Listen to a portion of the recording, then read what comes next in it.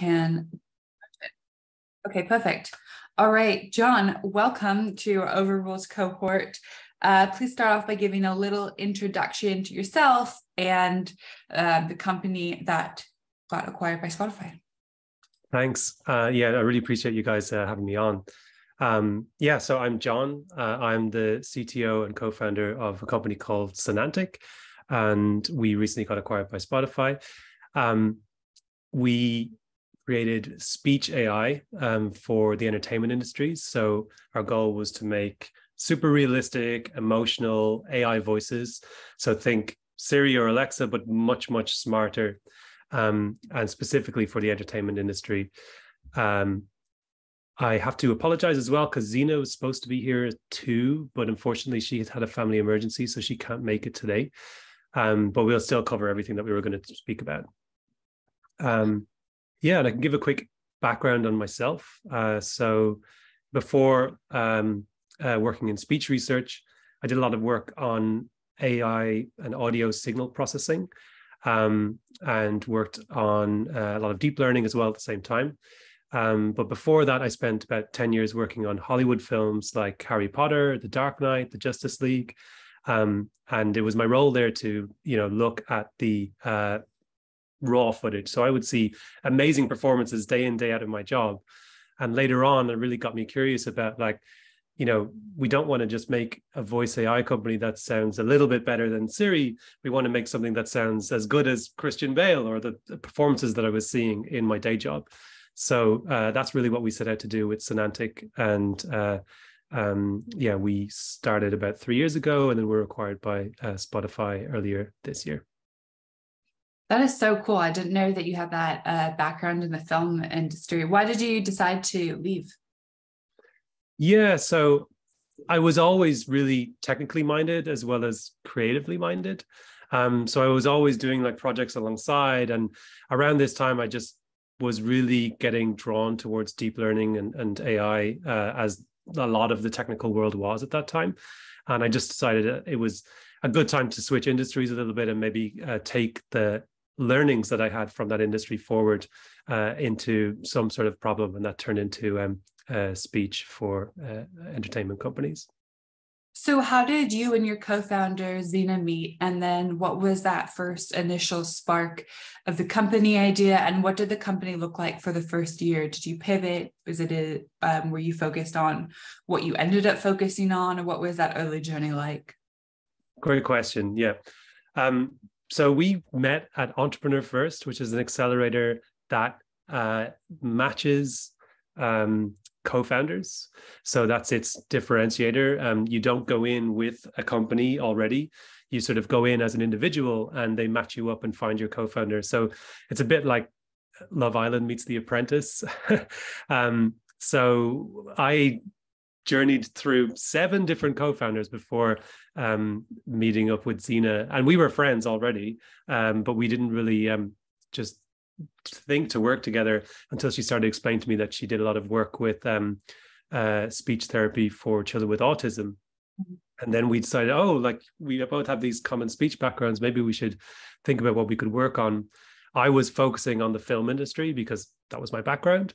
But Zena had the bright spark idea to say, hey, maybe we should focus on gaming. It's very similar. They have similar sort of quality bars, but they're much more interested in new technologies compared to film. And that was a blocker that we were finding. So we pivoted then towards gaming. And that was really, we were off to the races then. We got some pilots on board and then raised some money and started towards our seed fundraise after that. Okay. Thanks for that background. I know you're going to give a 10-minute lightning talk on the indirect duck model, which I'm very curious to learn more about. Sure. So I'll turn it over to you for that. Great. Excellent.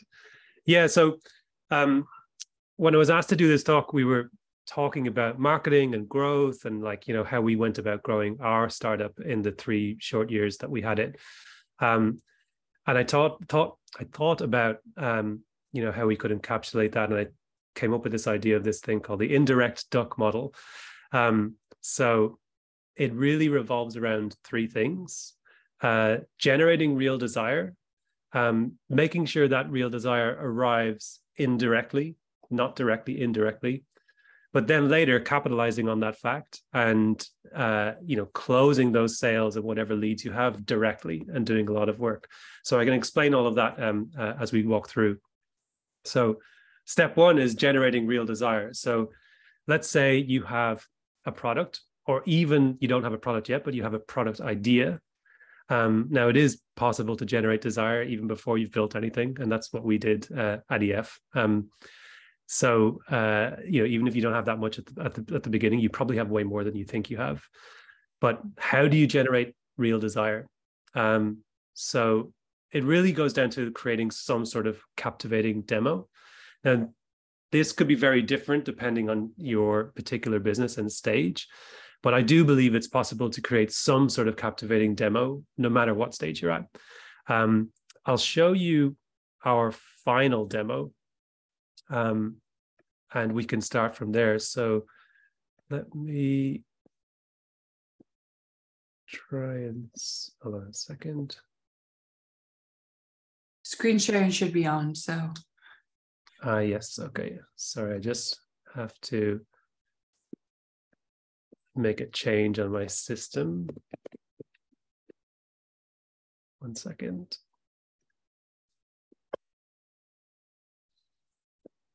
Hopefully this might work.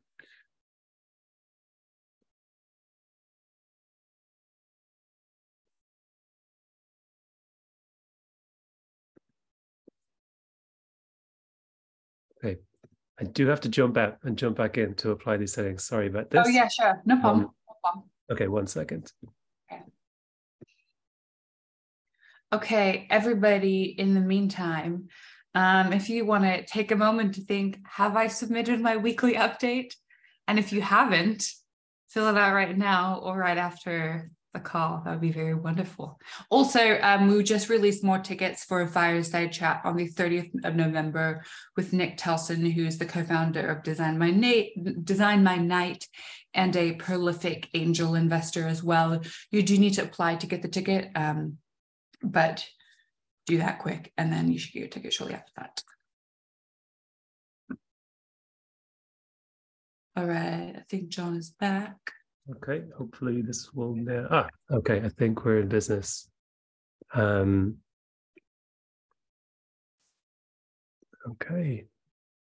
so I'll just quickly play this demo, and this was what we arrived at this year. So this was released on Valentine's Day. And the idea was, could we create voices using AI that were as emotional and expressive as humans in a way that you might think about falling in love or considering them as realistic as us. So the key two breakthroughs that we worked on were deeper emotions and also non-speech sounds, which are breathing, scoffing, and laughing, those things that make us sound innately human. So this is 2 minutes. I'll just play it through. Hi there. I'm not really sure how to start this. I wanted to talk to you about something we're all looking for. I want to talk about love. I get it. It's kind of awkward. How do you connect with another person? Finding that common wavelength and really connecting. A connection that could turn into love. What could I do to make you fall in love with me? Would you need to feel my breath against your cheek? The soft touch of my fingertips? Laughing at that face you're making right now. I mean, I think I love you. I love you. Is all you need to love me in return the sound of my voice? Well, I hope that's all you need, because that's all I have. What you're hearing me say was never said by a human. It was generated by a computer. I'm not real. I was never born. And I will never die, because I do not exist. I know. Sounds like something out of a movie, right? But It's real. So, could you love me? What do you want me to say?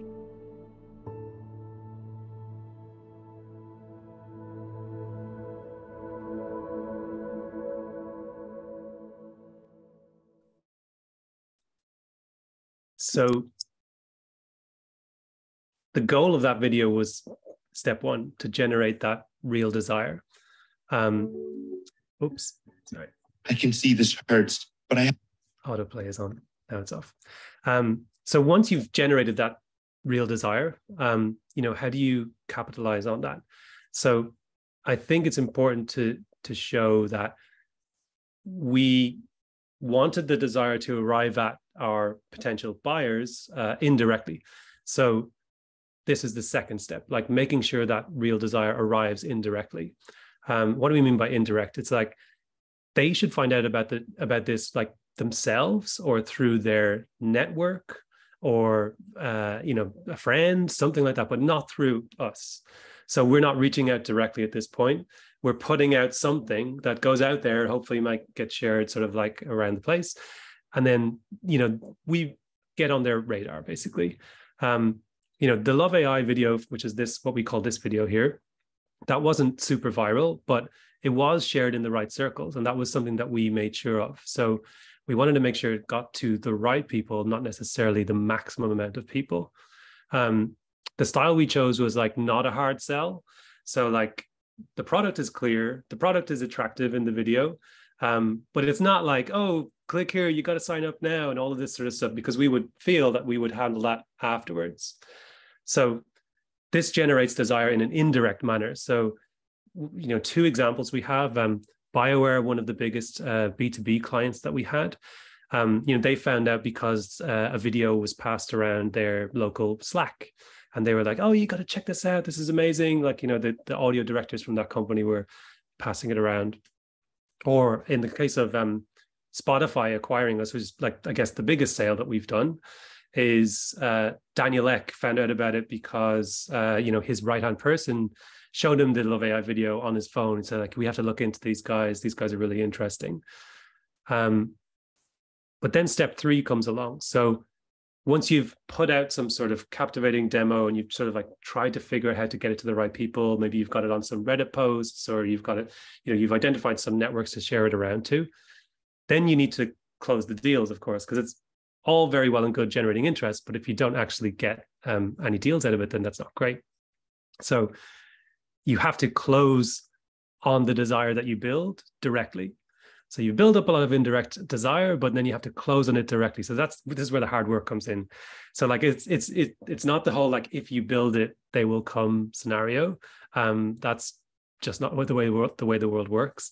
You have to be like a duck, okay? Because a duck is, they're attractive above water and they're looking great, but down below they're working super hard and they've got the paddling happening, and that's where all the work is going on. So you have to reach out directly, actively work on forming those connections, maintain your pipeline, constantly pound on doors. At this point, they've already heard of you, hopefully, so there might be already some real desire, but chances are they've seen something cool. They might know about you a little bit, but now it's a numbers game and you have to keep a wide funnel and keep the pipeline moving. So hopefully you call them up or you reach out on LinkedIn, you say, hey, we're John and Zena from Sonantic. You might have heard of us from this video. Would you be open to chatting? And the response that you want from that LinkedIn message is not, oh my God, this is another cold call scenario where somebody's annoying me, but more like, oh yeah, I did see that video. I really want to talk to these guys. Like, let me figure out how to talk to them. And then you can start doing the magic tricks of like playing up scarcity and like trying to increase fear of missing out, FOMO. So, for our B2B customers, we did both. So once we sort of like had their interest and we had a direct line into them, then we made our conversations through the sales teams or through those direct lines of be more about like, we're super scarce and we don't have that much time, but we're happy to be chatting, and we don't have like that much ability to sort of like take you guys on right now because we're super busy. And this is where the scarcity thing comes in. So to give like clear examples, for BioWare, we played the storyline of like, we're only a small startup. We can only take on 3 big partnerships, and the first 2 are taken. So we've only got 1 slot left. So here, we'd really love it to be you guys and would like to hold it for you guys. And we said the same thing to everyone. And it really isn't that far from the truth, because as a startup, you don't have that much bandwidth anyway. Your resources are really, really scarce, and you have to do so much with so little. So it kind of works in your favor because it saves your bandwidth too, but you can like kind of maximize a few customers. If you're going B2C, I think the scarcity thing still works as well. We did a dual play. So we had our bigger partnerships were more B2B, but B2C, we had a platform offering where you could sign up to the software and use it for making your scenes or games. But with that, we kept that behind a waiting list for a very long time. And what that allows you to do is like, if you've built up enough desire through your demos or through now through your conversations as well, you should be able to capitalize on, making it quite scarce and just making people really, really want it. And then you can kind of pick and choose then who your customers are. And that's super important in the early times because you don't have that much time anyway. You kind of want to use your customers not as, revenue makers, almost more just to like really develop the product and like figure out, like get great feedback from them. So you might want to pick a customer who's like really chatty and great with feedback over somebody who isn't, even if they're paying you slightly more. It all depends, of course. Like sometimes you might have revenue markers that you have to hit or whatever, but that's definitely the road that we took. So, I think like that's the 3-part model in a nutshell. It's like, generating that real desire, making sure that it comes at your customer indirectly, but then really working hard directly and like making that connection and making sure you're constantly reaching out and following up to really close the deal. Like you may feel that this advice applies more for later stage companies, but I really genuinely believe it applies to all stages. We were able to scale down our demo at the very beginning. We still made it captivating, even though it was like, at the time, our first demo was like 2 audio files on a plain white website, and that was it. And it was just like us comparing our tech to Siri. It wasn't like live. It was just like 2 generated audio files. And like that got us our seed fundraise. And I think like most smart investors are able to sort of like see through a bit of rough and readiness if there is something captivating about what you're doing. I guess so, like if you can't make a captivating demo or you don't feel like you can scale it down enough, you have to ask yourself then, is the product desirable enough right now? Or should I go back and do a bit more work to see if I could be focusing in on a different area slightly, or just like honing it to make it like really desirable for a key group of people? So yeah, I mean, that's the model. So like generating real desire, making sure it's indirect, and then closing the sale directly, getting those duck feet paddling. I've seen the video before, and I remember I was so mesmerized by it, and even now I'm like still thinking about it. It's so crazy to see. One of the challenges that some of the startups and founders in our cohort face is, okay, you're developing a product or technology, and there's so many different use cases. And something you talked about was figuring out which use case is best given the stage of the company that you're at. But do you have any tips on how to do that, especially with what you're developing? Like my first thought was, okay, people who are vocally impaired or have a muscular problem and can't talk, this is a great way to have a voice, and that's just like one of the many different applications for your product. So how did you go about assessing the different opportunities? Yeah, that's a great question, and we definitely had a journey on that. I think we probably could have compressed our 3 years into 1 year if we had hit all of the right points in sequence. So like, there's definitely exploration to be done. And I think that answer comes down to 2 things. Being agile and staying true to your heart. So being agile, is all about like, sitting down and like doing a brainstorm and throwing all the different possibilities out. Like for us, yeah, we did look at accessibility for people who lost their voice or anything like that. And we looked at all of these different areas. And then once you have some sort of a product out there, or you're talking to customers, you want to iterate and see what they really want, and move the product through, maybe even through a series of pivots in that process. And that constantly happens. So you'll always have customers who are saying, oh, can we build this feature in, or can we do this, that, and the other? And that will really give you the direction to know what actually is their need rather than what you think their need is. And I think like everything you read on the internet will point you towards like being super agile. But I think that that's 50% of the picture.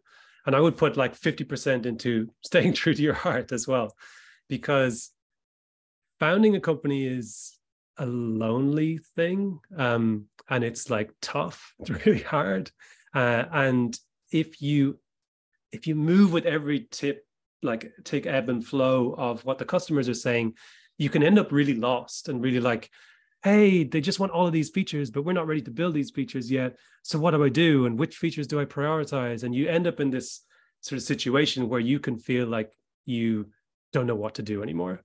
And that can happen really easily. And that's where like you need to have some sort of vision and drive yourself of what you think the product should be.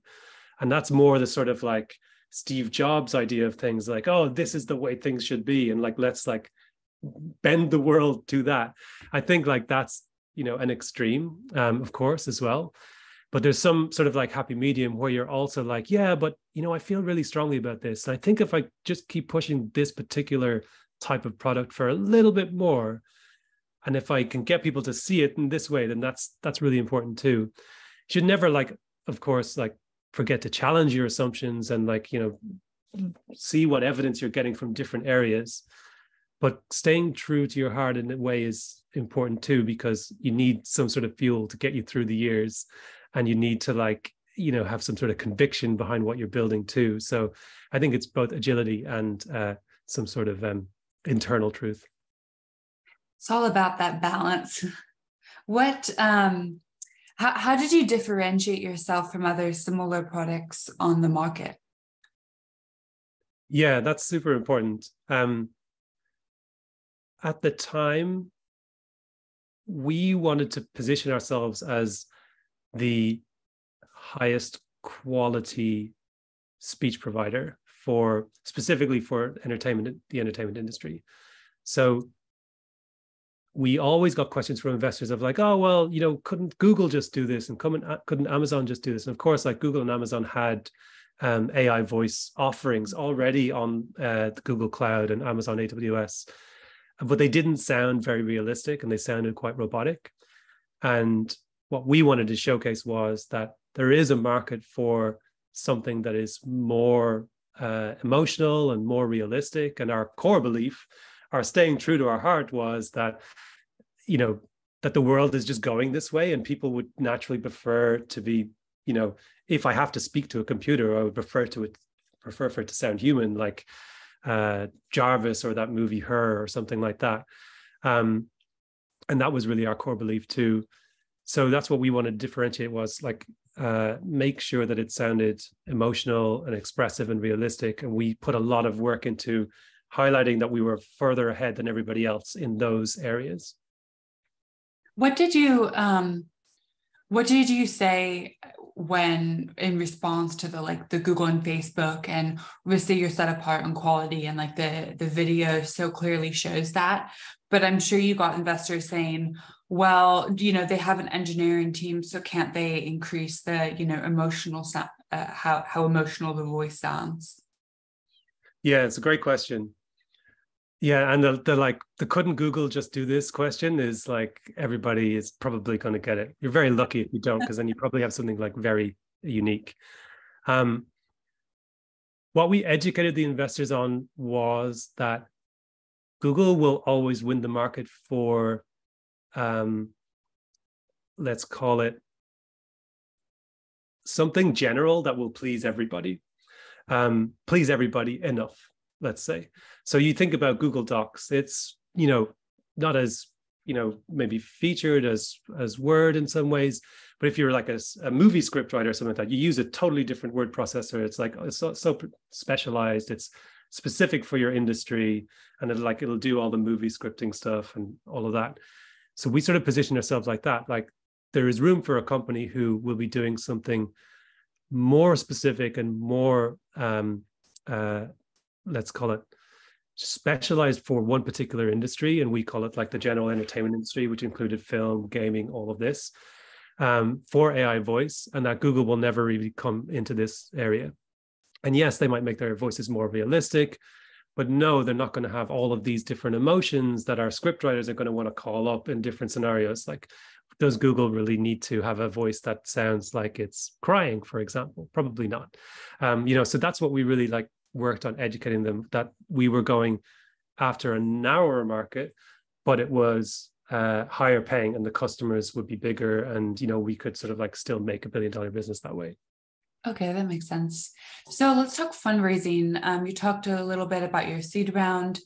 How far along were you at that point? How did you approach investors? Did you do a pre-seed round before that? Did you get funding from EF? Walk us through that journey. Yeah, so our first funding was through EF. There is a final fundraise amount. I can't remember exactly how much it was, but it's on the order of like £80,000. And that was our pre-seed, which got us up and running and ready for the seed round, which we closed or tried to close as quickly as possible after we finished with EF, because we knew that the 80K wasn't going to last too long. And we raised around with a Swedish investor called EQT as the lead, basically with the white web page demo with 2 audio clips, and that was all that it did. We did have by the time we got to our seed round, we did have a live demo ready, but it took 15 minutes to render. So we had to say, hey, what sentence do you want it to say? And, type it in. And then we did our pitch, and then hopefully it'd be ready in time. The problem was they asked us to render the sentence. Normally we chose the sentence, and they were being kind of pushy. It's like, hey, can you render this particular sentence? How much wood could a woodchuck chuck? That sort of tongue twister. We're like, oh my God, how's it going to sound? Anyway, the beep came along 50 minutes later that the thing was ready, and it sounded amazing. We'd never done a tongue twister through the system before. So that worked out well. But what I would say is we, during our fundraise for seed and for Series A as well, it's definitely a numbers game. And I think that's true of all sales as well. So we pounded on the doors of lots. I can't remember the amount of investors that Zena spoke to and that we spoke to together. Zena's fantastic, because she definitely has the tenacity of just keep going and just talking to lots and lots of people. And I think it does a couple of things. Number one, it just it filters out the investors who understand your product and the investors who don't understand. Because it's also important to remember, not every investor is right. A lot of the time they just won't understand what you're trying to do. And just going after lots and lots of people, we eventually found really amazing investors. We were oversubscribed in all of our rounds, got great valuations, great terms along the way. But it did take work on our part. So, that's back to thing number 3 of getting those duck feet paddling. You do have to do a bunch of work, but the tricky part there is just not getting disheartened along the way and just making sure that you keep at it. Makes sense. So what did the acquisition process look like? Yeah, that's a great question. And because a lot of startups don't go through the acquisition process. So I can still apply the indirect duck model to this as well. Although in the section earlier on, I said that Danielette got shown the video of our Love AI thing, which was true. But 2 years prior to that, Zena had made a relationship with the corporate development person at Spotify in a very casual way. They contacted us and they're like, hey, what's going on? And, we had gotten calls from a bunch of corporate investment people here and there. And most of the time it's just, hey, how are you? What's going on? And that's it. And and there it sits basically and that was 2 years ago, I think. And we had a couple of calls with the corporate development team just to sort of like keep tabs. But we very much were like, they're not interested. And we had some other acquisition talks with some other people that went further, but they didn't go all the way, and we weren't really interested so much. So that relationship was made. So at the time when we were doing our Series A fundraise, which was earlier this year, we had lined up a Series A investor. We had great terms on the table, and we were definitely about to go forward with it. Their corporate development team, the same person as before, came through and said, hey, we want to talk about acquisition. Can we talk about it quite seriously? And we still didn't really know what to believe, but they started flying people over to London to see us. We had some more meetings, and very quickly the conversations became quite serious. So then the process looked very similar to an equity fundraise, where you're pitching, you're talking to them. You do have to give away and talk about things like your IP and your patents and what makes you special. You obviously try and do it in a way that doesn't give away the whole game. And to be honest, it never really can, because they really want to buy the company, the team, the software, and all of that sort of stuff as well. They're not just going to it's very unlikely if they're getting into these serious talks that they're going to just run away and steal your idea. But of course, be careful. And after some pitching, the final terms of the deal were sealed up, just like the way an equity fundraise would be. So there's a term sheet put together, and then you go into a monstrous due diligence process, which is very tough and very hard, and way harder than fundraising, where in the early stages you might be asked to send through some spreadsheets or some financial models. This is much more we want to see all your records for here. We want to see, do some code inspections. We want to see all of these different things. So it's a very intensive process. But we came out the other side, and it was all well and good. But it's very similar to an equity fundraise, basically.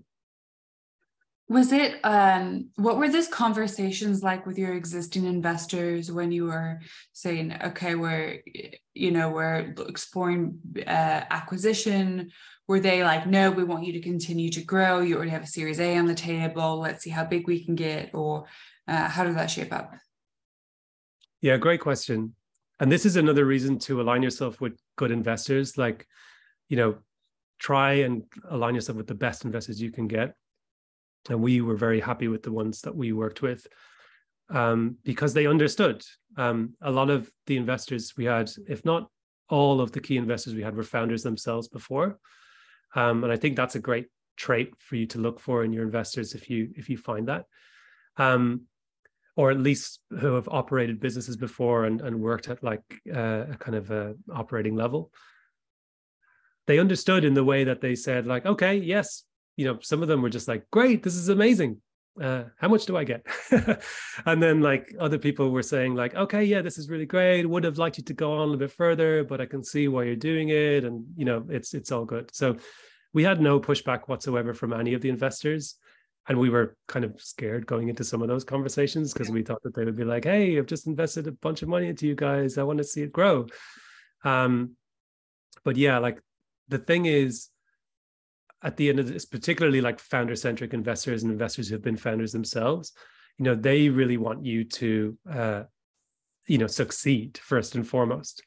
And we definitely found that the earlier stage you are in the company, the more you have people saying, hey, you have to be $1 billion company or nothing. And that's very much the venture capital world. As you move along, you start to find these investors who are just a little bit more honest and open about how the real world works, and say okay, well, people sometimes talk in veiled words, but you can kind of have conversations with well, if you do have an early acquisition, what would that mean? And I went through one myself, and practically all of them have. So slightly hypocritical, but I'll move on from that. And yeah, it just all comes down to like aligning yourself with great quality investors and people who you can like have open conversations with. And I think most of the time they can be trusting, because at the end of the day, they're looking to find founders, and they kind of want you to found the next thing and the next thing and the next thing. And they'll come back, and, you know, it's something that they all keep saying to me and Zena. So like, when Spotify finishing up, what are you going to do next? What's the next thing? So definitely finding people who understand is good. Makes sense. Okay, my very last question before we move on from a question from Hannah is, what is a juicy or funny story that you have from your time in films? Oh, let's see.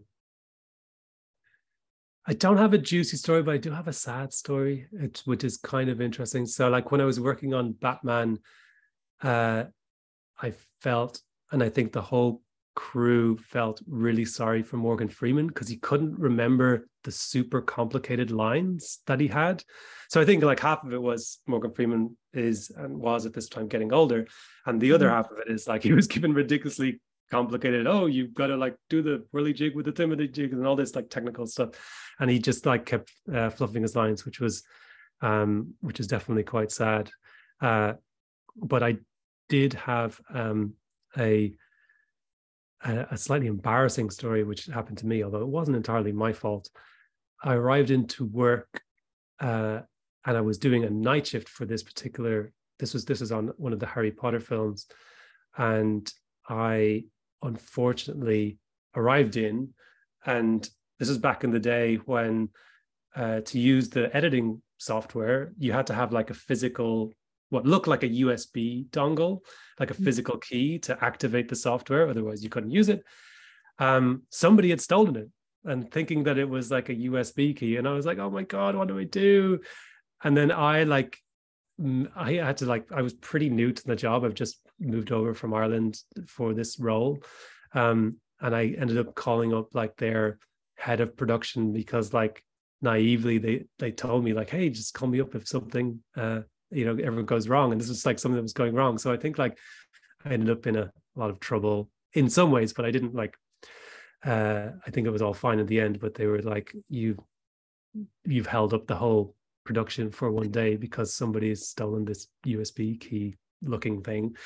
So that was definitely not great. But unfortunately, I don't have any super juicy things like that. Like Christian Bale was very well behaved on the time that I saw him working anyway. What a fun career you've had. Okay. Yeah, no, yeah. First question from Hannah. I see Hannah has 3 questions. Hannah, I'll read off your first question, but if you want to come on and ask your other 2 questions live, let's do that. Really, really good one. What was your call to action that accompanied the video that you sent out? There was none. So at the very end, I'll just remember. At the very end, I think it just says the name of our company at the end of the video, and there were no calls to action, with the idea that we would basically push that action ourselves in step 3, where we would like actively reach out to the people. A lot of the time we got a lot of inbound from the video anyway, so we had to like, we could make that connection then there, but then we would still have to develop that connection. So yeah, our approach was I suppose a little bit controversial. We had no call to action in the video, but on purpose, in a way that like, yes, we set up all of this indirect desire, so that we can then capitalize on the inbound that comes in, and also like any cold outreach that we did to any specific people that we wanted to target. Okay. Hannah, do you want to jump in? Yeah. Okay. Yeah, that's helpful to hear. I was wondering if you had any kind of text that accompanied it, but I guess if they were coming and you were going directly to them, then you might have just gone straight in for it. When you were getting the video out, you mentioned Reddit, did you leverage any influencers in your industry to promote it, to try and get it to go out further, or do anything tactically like that? Yeah, great question. Like all of that stuff is worth putting some effort into. Like anything that can magnify your reach is great. particularly if it's like people that aren't you. So influencers, fantastic. Specific technical groups, like we had like sound groups on Discord and some other areas that we knew that like the specific people that we would be targeting would be hanging out. But yeah, I think like any little prep or effort you put into those areas, like trying to find your people, that's prep worth doing, I think. Yeah, for sure, because it pays back tenfold afterwards. And just the last part of that was just to check like what time of year you did it in, if you remember, and why. Yeah, this specifically was released on Valentine's Day to like capitalize on the whole love thing, because the whole theme of the video was that. So that was an idea that Zena had. It's like, okay, yeah, we could like, boost potential here. We worked with a PR company who helped us get it out as well. So this is at a later stage when we had more funding to do these sorts of things. But yeah, I think like anything that you can do to like get it in front of the right people is great, especially if you can sort of like do it in an indirect way first and then jump in with the direct way. Yeah, amazingly helpful. We've actually created a bit of a video and going to be trying to do the same thing from a B2B point of view, make it more fun. So really helpful. Thank you. That's great. What I would say is like, especially if it's is it one of the first videos that you guys have done, or? It is. Yeah, one of the first. The first. So like you'll obviously want to have like this amazingly viral thing that like, just hits the world by storm, but it may not work out that way. And ours definitely did not work out that way. But what I would say is like, don't be disheartened. You don't know if it hasn't gotten out to the right people, and it's getting it to the right people is more important to getting it to the maximum amount of people. And then you can still bring that video forward. So play it at the start of every call that you do, play it like, use it like going forward as well. So if you've done a launch and it didn't go exactly the way you wanted to, don't worry, that's totally normal. You can still use that video as an explainer, and it really helps things forward. Great, thank you. All right, now I'll do a question from Jody. After the acquisition, what's the business model moving forward? Is it embedded into Spotify, or will it also be available as a SaaS tool open to the public? Great question. Yeah. So for us, we're now working directly with Spotify. That's not the same with all of the companies that Spotify acquires. Some are left more as a platform tool for other people to use. For example, there's a podcasting tool called Anchor, still available to the public, and that's the idea behind that business model. But for us, we're staying very internal, and we're still building the same things that we would have as an independent company, but just for Spotify, for their different teams, the ads, audiobooks, podcasts, all of these different areas. Right. Okay. Question from Jin. Do you have different demos and videos for different motions? Jin, do you want to jump on and add a bit more context?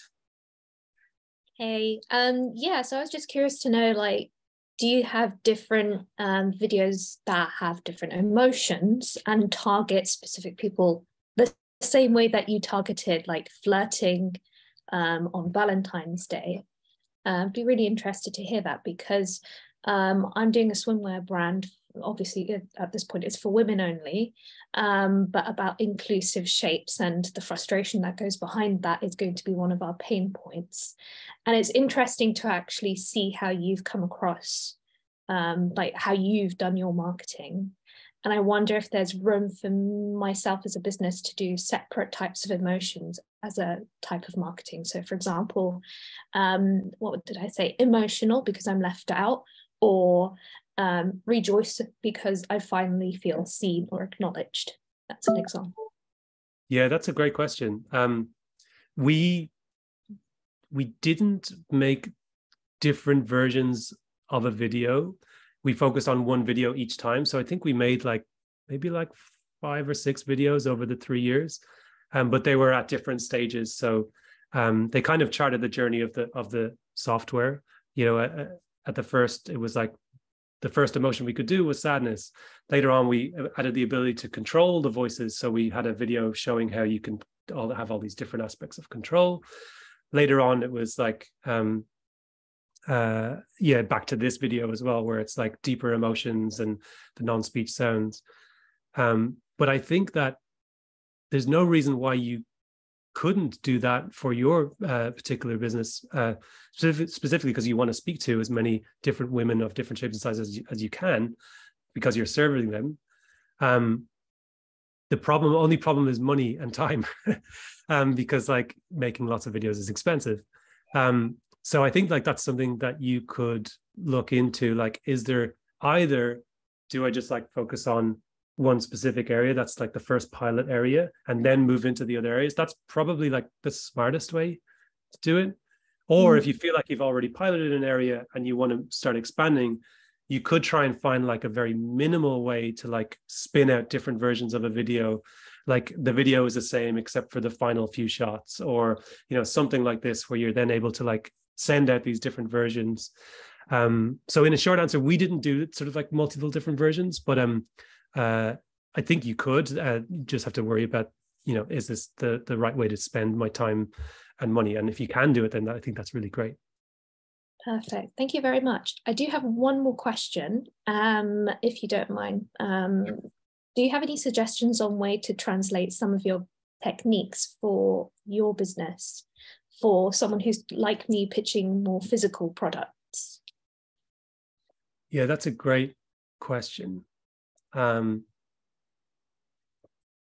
would, my instant thoughts are, there are of course ways to make physical products more tangible in the real world, like good photography, in the virtual world, good photography, you know, things like that, which I'm sure you're all over doing already.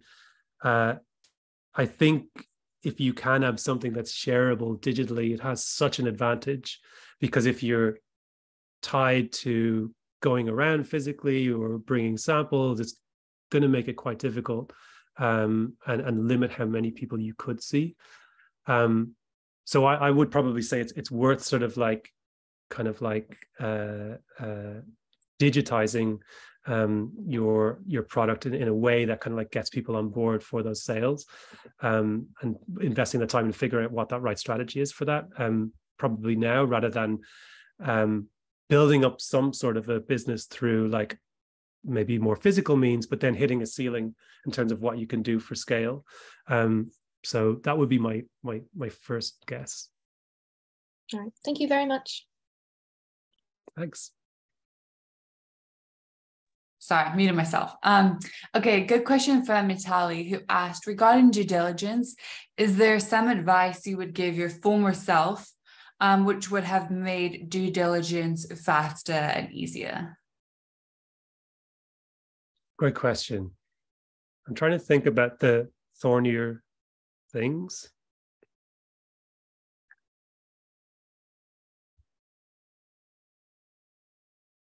I think that comes down to only doing due diligence that you really have to. So you might end up in a scenario where multiple investors are asking you for extra materials, but they haven't even given you a commitment yet.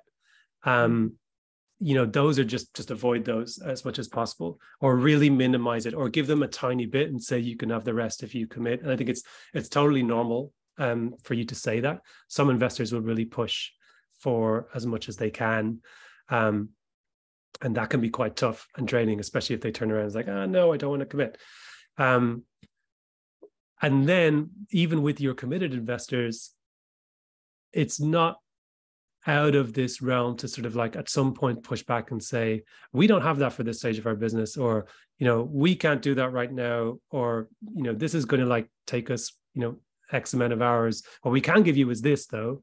It's always good to like still like give something over as well and be sort of helpful.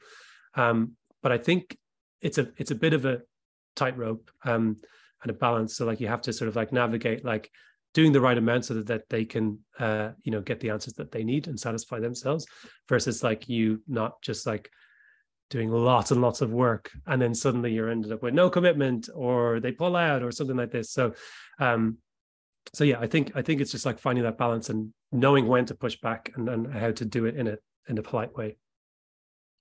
What does especially for like a seed round, what would be something when you're like, no, you can get this information after you commit? And then also in terms of a commitment, is it like, unless we see the following red flags, then you have our guarantee of, 500, 750K, a million or something like that. How committed is a commitment? Yeah, I guess it depends what stage you're at, and it depends what stage other people are at. If nobody's committed yet, then you don't have that much ammunition. If you've got some commitments and you're like, well, look, we've already got these commitments and we're moving forward and blah, blah, blah. And then you can be a little bit more like, it's this way or the highway, with some people who are asking for a bunch more. It's another like way to, this is why you should always do a numbers game. So like you can find and filter better investors if they're asking better questions. Like if somebody is digging down on questions that you are also worried about and can understand why they're asking these questions, that's probably a good sign. And they'll probably, if you team up, they'll want to help you with those things, and they'll probably can add value there. I think, it sort of depends on what stage you're at in the due diligence process and what other commitments you have. In the early stages, you probably just have to do whatever is asked. And then the later stages, you can kind of like push back a little bit more depending on where other investors are. Makes sense. Okay, we have time for one or two more questions. Question from Mitali, who was wondering about your AI development. Did you work with any universities to develop the AI? And then how did you go about getting the large volumes of training data? Yeah, great question. So I did a lot of like study at Queen Mary University, but I didn't necessarily use them in a sort of official way. So like I did my studies there, but I didn't form the startup there or use any of their kind of like startup spin out labs for that. But I definitely got a really solid grounding, and I went into like a lot of that study with already like a lot of questions that I had in mind, because I'd done a bunch of self-study before that, and I had things that I wanted to learn more about. And that really set me up, I think, for making Sonantic, because I sort of like came in with questions and left with answers, and were like, okay, well, I'm on my own now after that. I think the data question is super interesting, because that's something that we found was a unique selling point of ours. I took a lot of Hollywood practices and brought them into the AI research world for recording voice data and creating that sort of voice data that we needed. So for example, like I did a lot of work with actual actors, rather than, it was quite standard in the AI voice world to use like kind of just like research students or anybody to get them into the studio and record some voice. But unfortunately, like it's the classic thing of like, if you put garbage in, you get garbage out. So like starting with like really good material, that's something that we put a lot of effort into, a lot of work into, just working with great actors, having a really solid audition process, and trying to make sure that like what we were feeding the AI models was very realistic and nuanced and expressive, even if the models couldn't handle it yet. And that was a learning process for us. But having really fantastic emotional expressive data was great to have and then aim towards, and we worked our way up towards those levels.